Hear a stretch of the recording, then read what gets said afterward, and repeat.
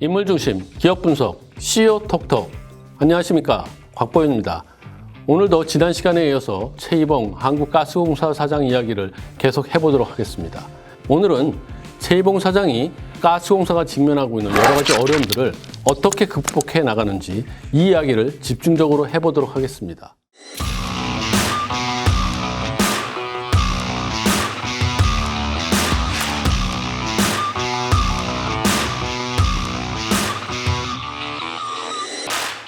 네, 오늘도 비즈니스 포스트의 조승리 기자가 자리를 함께 했습니다. 안녕하세요. 비즈니스 포스트 조승리 기자입니다. 네, 조승리 기자.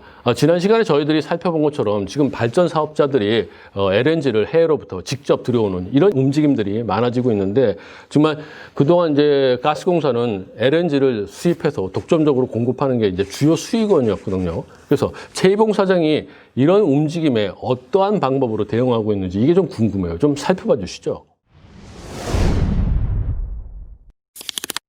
최이봉 사장은 개별 요금제를 통해 가지고 발전용 LNG 수요를 잡기 위해서 힘을 쓰고 있습니다. 개별 요금제가 뭐냐면은 액화천연가스 도입 계약을 각각의 발전 사업자들과 개별적으로 맺는 방식을 말합니다.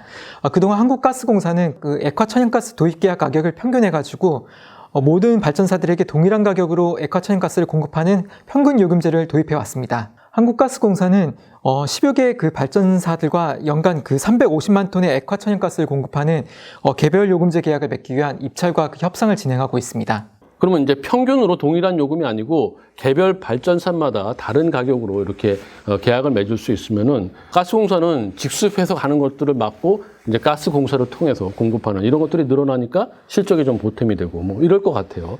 근데 반대로 얘기하면은 과거에 높은 유가에 따라서 평균 요금으로 계약했었던 건 이제 장기로 계약했을 텐데 이쪽에서는 너무 가격이 높으니까 불만이 생길 수 있을 것 같은 그런 생각이 드네요. 한국가스공사가 개별 요금제를 도입하면서 평균 요금제로 장기 계약을 맺은 발전 사업자들이 손실을 본 것은 사실입니다. 이러한 문제를 해결하기 위해서 한국가스공사가 평균 요금제로 기존에 맺었던 발전 사업자들과 협의체를 구성해서 요금 제도를 개선하기 위한 대책을 마련하고 있습니다.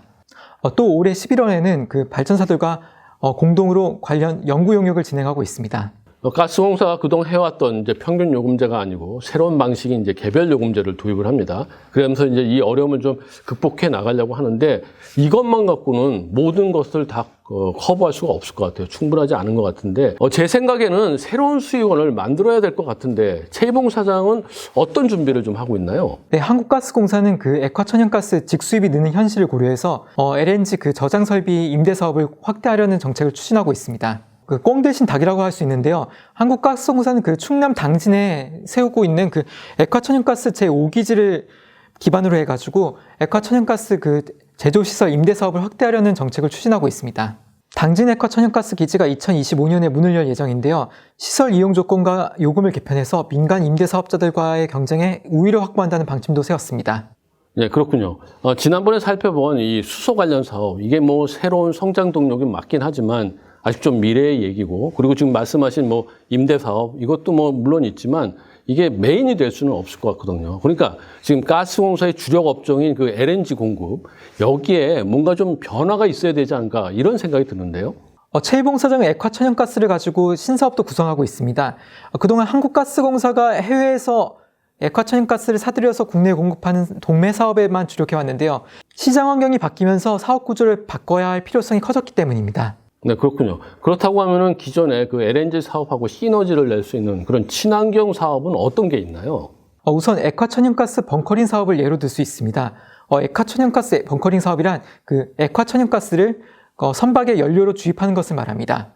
최근 국제해사기구는 대기오염 물질을 줄이기 위해서 모든 선박에 쓰이는 연료의 황산화물 양을 줄이도록 규정했습니다. 이 때문에 황산화물을 배출하지 않는 액화천연가스 사용 선박들이 늘어나면서 액화천연가스 벙커링 사업도 크게 확대될 것이라고 전망됩니다. 최이봉 사장은 올해 신년사에서 국제해사기구의 선박 배출물 규제에 대안이 될 수 있는 액화천연가스 벙커링 사업 등 친환경 연료 사업을 확대하겠다고 말한 바 있습니다. 네, 듣고 보니까 그 LNG 벙커링 사업 이게 굉장히 중요한 것 같네요. 그러면 가스공사는 이 벙커링 사업을 구체적으로 어떻게 좀 전개하고 있나요? 한국가스공사는 평택과 그 통영 액화천연가스 기지에서 트럭 투입 방식의 액화천연가스 벙커링 사업을 진행하고 있습니다. 그 충남 당진에 있는 액화천연가스 기지에서는 십투식 방식의 액화천연가스 벙커링 사업도 고려하고 있습니다. 이 십투식 방식이란 그 액화천연가스 선박에다가 액화천연가스 벙커링 그 전용 선박을 갖다 대서 연료를 주입하는 방식을 말합니다. 한국가스공사는 올해 1월부터 아시아 최초로 액화천연가스 벙커링 선박도 운영하고 있습니다. 올해 11월에는 바다 한가운데에서 그 액화천연가스 운반선끼리 액화천연가스를 옮겨 담는 그 실증 테스트도 성공적으로 마친 바 있습니다. 그 LNG 벙커링 사업이 굉장히 중요한 것 같네요. 자, 그러면 이 벙커링 사업 말고 가스공사가 기존에 주력했던 그 LNG 사업하고 또 그린 에너지 사업하고 이렇게 접목해서 시너지 내는 뭐 이런 사업도 있나요? 최희봉 사장은 화물차 연료를 경유해서 액화천연가스로 바꾸는 액화천연가스 화물차 사업도 준비하고 있습니다. 액화천연가스 화물차는 경유보다 대기오염 물질을 적게 배출하는 장점이 있습니다. 한국가스공사는 액화천연가스 화물차를 2030년까지 6만 대를 보급해서 120만 톤가량의 액화천연가스를 판매하겠다는 계획도 세우고 있습니다. 또 최희봉 사장은 액화천연가스 냉열 사업도 새로운 사업 모델로 구상하고 있는데요. 그동안 냉열 에너지는 사용되지 않고 버려져 왔는데요. 최근 친환경 에너지가 부상하면서 이제 한국가스공사가 이를 사용했다는 겁니다. 최희봉 사장은 인천 신안과 부산 신안 그리고 바이오 중소기업 공동 물류, 데이터 센터 등에 적용되는 냉열 물류 사업 모델을 개발하겠다고 말했습니다. 그리고 또 이제 정부에서 이제 그린 에너지 정책으로 석탄 화력 에너지를 줄이고 친환경 에너지로 이제 전환을 해야 되는데 한 번에 이제 다 갈 수 없으니까 액화 천연가스를 이용하는 걸 이제 중간 단계로 쓰고 있어요. 이런 것도 이제 가스공사에 굉장히 도움이 되지 않을까 이런 생각이 드는데요. 네, 맞습니다. 그 액화 천연가스는 그 석탄 에너지에서 신재생 에너지로 넘어가는 중간 단계 에너지로 주목을 받고 있습니다. 정부에서 장기적으로 태양력, 풍력 등 그 신재생 에너지와 함께 액화 천연가스 사업도 그 확대한다는 방침을 세우고 있어서 한국가스공사가 앞으로도 그 액화 천연가스 공급자로서의 역할을 계속 유지할 것으로 보입니다. 근데 이제 가스공사의 또 현안 중에 중요한 게 바로 이제 해외 사업이거든요. 그 이명박 정부하고 박근혜 정부 때 가스공사가 해외 사업 개발들을 굉장히 많이 했었어요. 근데 이게 코로나19 이후에 굉장히 어려움이 많다 이런 얘기를 듣고 있거든요. 이 해외 사업은 좀 어떤가요? 저유가 상황은 한국가스공사의 해외 사업에도 영향을 주고 있습니다. 유가가 낮아지면 한국가스공사가 보유하고 있는 그 해외 자원 개발 현장에 그 손상 차손이 발생해서 그 가스공사 실적에도 타격을 줄 수 있습니다. 이 손상 차손이란 뭐냐면은 회사가 보유한 그 자산의 가치가 장부가액보다 떨어졌을 때 그 장부상 손실로 반영하는 것을 말합니다. 영업과는 관계가 없기 때문에 영업 손실로는 반영되지 않지만은 그 순손실에는 포함이 됩니다. 한국가스공사는 국제유가가 하락하면서 올해 상반기에만 해외 사업에서 손상차손 4,357억 원이 발생했습니다. 구체적으로 호주 GLNG 사업과 호주 프렐류드 사업에서 각각 3,387억 원, 816억 원의 손상차손이 발생했습니다. 그리고 이라크 바드라 사업에서는 154억 원의 손상차손이 반영되었습니다. 증권업계에서는 앞으로 한국가스공사의 손상차손 규모가 1조 2천억까지 늘어날 수 있다는 전망도 내놓고 있습니다. 가스공사의 그 해외 사업들이 정말 녹록지 않네요. 물론 이제 최희봉 사장이 벌려놓은 일들은 아니지만 지금 현재 총 책임을 지고 있기 때문에 뭐 최희봉 사장은 굉장히 답답할 것 같다 이런 생각이 드네요. 그러면 최 사장은 어쨌든 이 해외 사업에서 이걸 뚫고 나갈 어떤 돌파구를 좀 마련해내고 있나요? 최희봉 사장은 그 저유가와 코로나19로 그 가격이 떨어진 해외 가스전을 사들여가지고 국내 그 LNG 도입 단가를 낮추겠다는 계획도 세우고 있습니다. 이를 위해서 그 이탈리아 에너지 기업인 ENI와 에너지 협력을 강화하기 위한 전략적 제휴를 맺기도 했습니다. 해외 사업 포트폴리오를 조정해서 안정적인 수익 구조를 만든다는 방침도 마련하고 있습니다. 2024년에 만료되는 그 카타르 오만과의 그 조달 계약을 대비해서 가격을 낮추는 방안도 고려하고 있습니다. 최희봉 사장은 올해 한국가스공사 37주년 기념식에서 경제적 가격의 천연가스를 국민 모두가 사용하도록 현재 에너지 시장 상황을 지혜롭게 활용해 저렴한 신규 계약을 체결하겠다고 말했습니다.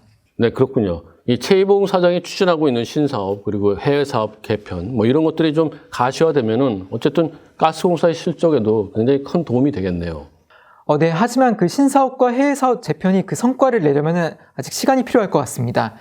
최희봉 사장이 취임한 첫 해 그 매출액 감소에도 그 영업이익을 소폭 끌어올리면서 순이익을 냈습니다. 그러나 올해는 그 코로나19 영향으로 국제유가가 하락하면서 실적을 개선하는 데는 어려울 것 같습니다.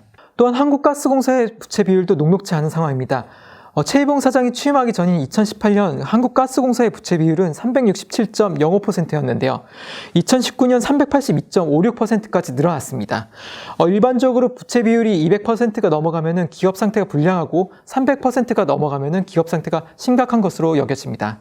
최희봉 사장도 부채 문제를 해결하기 위해서 부동산을 활용하거나 아니면 자본을 확충하는 다양한 그 사업 조정 방안을 고려하고 있습니다.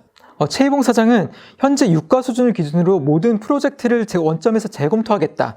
경쟁력이 확보되는 사업을 더 키우고 그렇지 못한 사업은 과감히 정리하겠다고 말한 바 있습니다. 네, 그렇군요. 지금까지 저희는 한국가스공사가 어떻게 어려움에 처했는지 좀 살펴봤는데요. 그 주력 사업인 이제 LNG 사업도 그렇고 또 해외 개발 사업도 굉장히 어려움이 많이 있는 것 같습니다. 코로나19 때문에 이런 어려움이 더 가중되고 있는데요. 최희봉 가스공사 사장이 여러 가지 그 극복 방안을 잘 추진해야 될 것 같다는 그런 생각이 듭니다. 근데 여기에 그쳐서는 안 됩니다. 그 다음에 새로운 사업들도 구상해야 되니까요. 그래서 가스공사를 이끌고 있는 최희봉 사장의 어깨가 더 무거울 것 같습니다. 저희는 앞으로도 가스공사가 어떠한 사업들을 어떻게 추진하고 있는지 계속 살펴보도록 하겠습니다.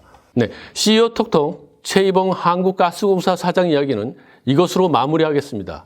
여러분 끝까지 시청해 주셔서 대단히 감사합니다.